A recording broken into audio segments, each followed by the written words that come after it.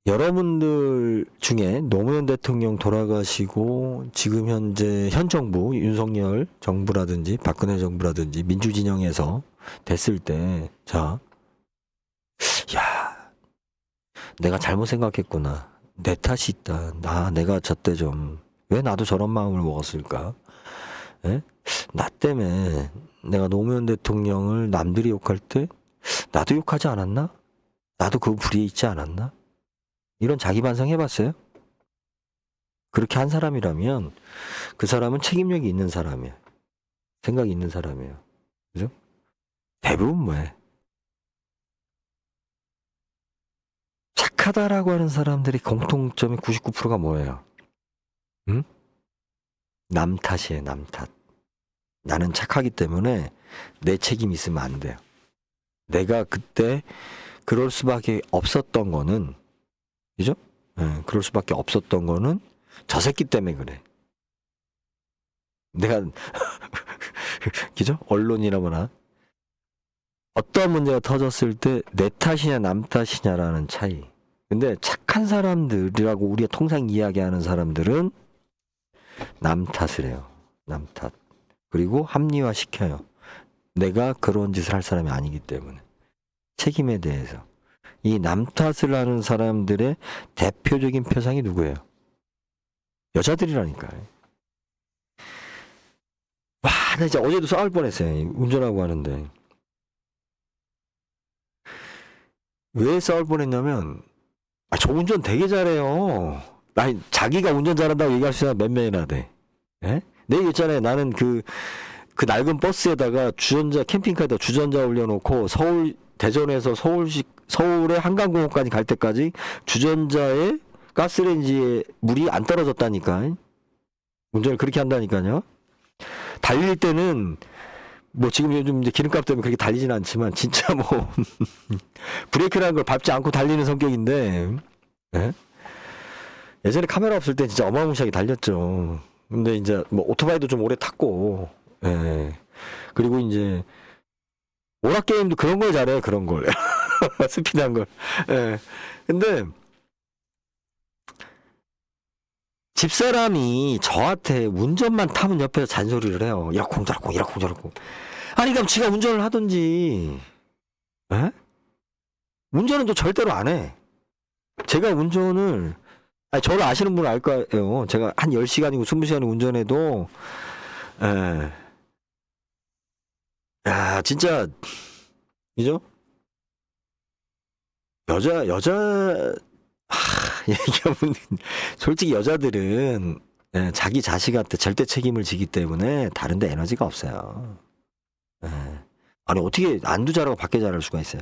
남자들처럼 어정쩡하니까, 예? 진짜 조국을 위해서 그 총 들고 나가지.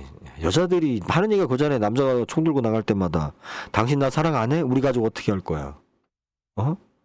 왜 우리 가족 버리고 총 들고 나가? 나부터 지켜줘야지. 나부터 지켜줘야지. 예? 아유.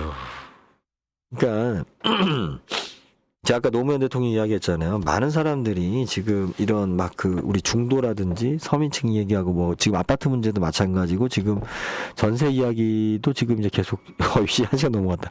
전세 이야기도 이렇게 하지만 같은 이야기예요. 같은 이야기인데 자 피해자 코스프레는 한단 말이에요. 피해자 코스프레는 하는데 그게 어떻게 하라고요? 제가 100억 날린 소리 해볼까요 지금? 우리 대모산 이야기하고 씨발 내가 진짜 낯들고 지금 내가 진짜, 예? 강남구청에 내가 진짜 낯들고 가고 싶다니까요. 예? 그 와중에, 그죠? 우리 책임이 뭐냐는 거예요. 책임이. 예? 왜 전세 사기로 피해를 받냐는 거예요. 어? 합리적으로 생각한 거 아니에요. 내가 전세로 제일 싸게 들어갈 수 있는 집이 어디냐. 집은 좋아야 되고, 어?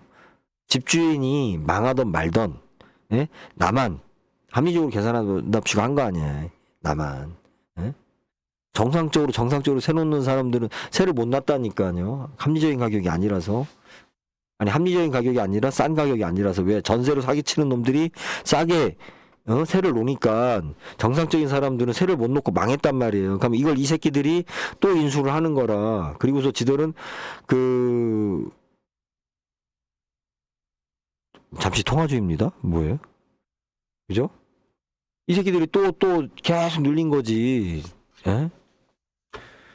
전세 사기치는 애들 때문에 정상적인 집주인들이 망했고요. 예? 은행 대출은 안 되고 그러다 보니 다시 그 물건은 얘네들한테 가게 되고 얘네들은 그걸 가지고 또 장난을 치고 예? 이렇게 반복되는 거죠. 뭐 있어요? 자, 녹음 여기까지 하겠습니다. 녹음이 너무 길어졌어요. 아이고 참네. 아, 목은 풀렸네.